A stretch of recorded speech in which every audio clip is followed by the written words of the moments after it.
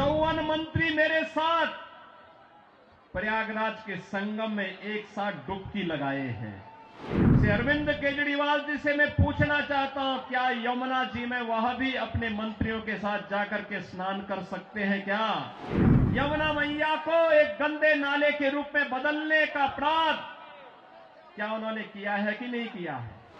जिस जनता जनार्दन की इस अदालत में उन्हें कोई माफी दी जानी चाहिए, वो माफी के हकदार नहीं हो सकते।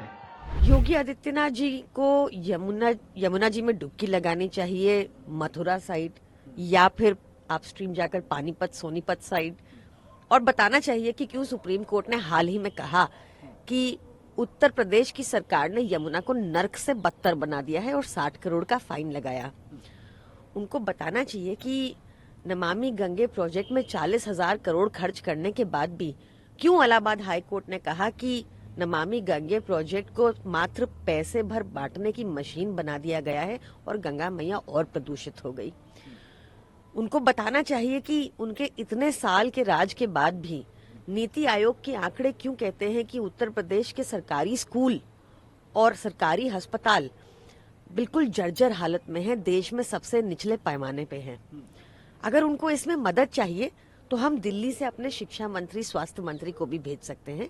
जिस तरह उन्होंने दिल्ली में बेहतरीन काम किया पिछले 10 साल में इन 2 क्षेत्रों में, वैसे ही वो यूपी का भी रेवोल्यूशनराइज कर सकते हैं। और मुझे लगता है कि पिछली बार भी जब योगी जी आए थे तो उन्होंने बहुत सारे झूठे आरोप लगाए थे। 14 जगह रैली की थी और उन 14 की 14 जगह पर भाजपा बुरी तरह हार गई थी। दिल्ली की जनता को पता है कि एक ईमानदार नेता ही हो सकता है अरविंद केजरीवाल जी जैसा, जिसने जो काम किए वो बताए और जो अधूरे रह गए वो भी बताए। अमित शाह जी तो बिल्कुल ही टोटल फेलियर रहे हैं as a home minister, as a Delhi की कानून व्यवस्था संभालने के लिए भी। दिल्ली में आज 11 गैंग्स का कब्जा है और सोचिए कि गुजरात साबरमती जेल में बैठा एक कुख्यात अपराधी भी दिल्ली में एक मर्डर एग्जीक्यूट करवा सकता है। आप देखिए कि आज देश की बॉर्डर सुरक्षा कितनी खराब हो चुकी है कि एक बांग्लादेशी घुसपैठिए देश के अंदर आकर एक प्रसिद्ध एक्टर के ऊपर जानलेवा हमला कर देते हैं। बहुत जरूरी है कि कानून व्यवस्था को दुरुस्त किया जाए, देश की भी और दिल्ली की भी, खासकर जहां मर्डर, गैंग वॉर्स बहुत आम बात हो गई है। इस पर तुरंत प्रभाव से योगी जी को अमित शाह जी से बात करके सुझाव देने चाहिए कि कैसे ठीक किया जाए। देखिए, भाजपा की आदत है कि वो झूठ बोलती है, झूठ बोल के भाग जाती है। वही घिसे पिटे आरोप जो कभी भी कोर्ट में खड़े नहीं हो पाए, जो कभी भी कोर्ट में प्रूव नहीं कर पाए। अरविंद केजरीवाल जी एक ईमानदार नेता हैं जिन्होंने देश में एक दिल्ली मॉडल दिया और दिल्ली के स्वास्थ्य और शिक्षा मॉडल की चर्चा न सिर्फ देश में बल्कि विदेश में भी होती है।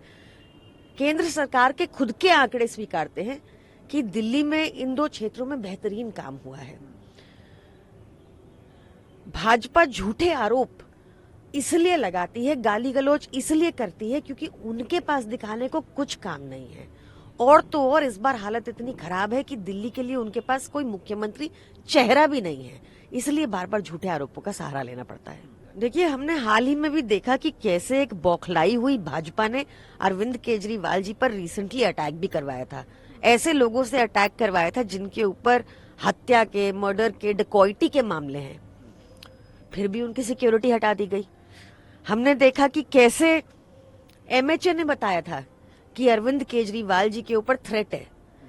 इतना मैसिव थ्रेट होने के बाद भी आप इस टाइम पर क्यों सिक्योरिटी हटाना चाहते हैं? क्या मंशा है भाजपा की? भाजपा एक बौखलाई हुई, डरी हुई पार्टी है। वो हर नेगेटिव प्रोपेगेंडा और तरीका अपनाती है क्योंकि उनको पता है फेयर एंड स्क्वायर तो वो जीत नहीं पाते। पर अरविंद केजरीवाल जी के साथ जनता का प्यार और भगवान का आशीर्वाद हमेशा बना रहा है।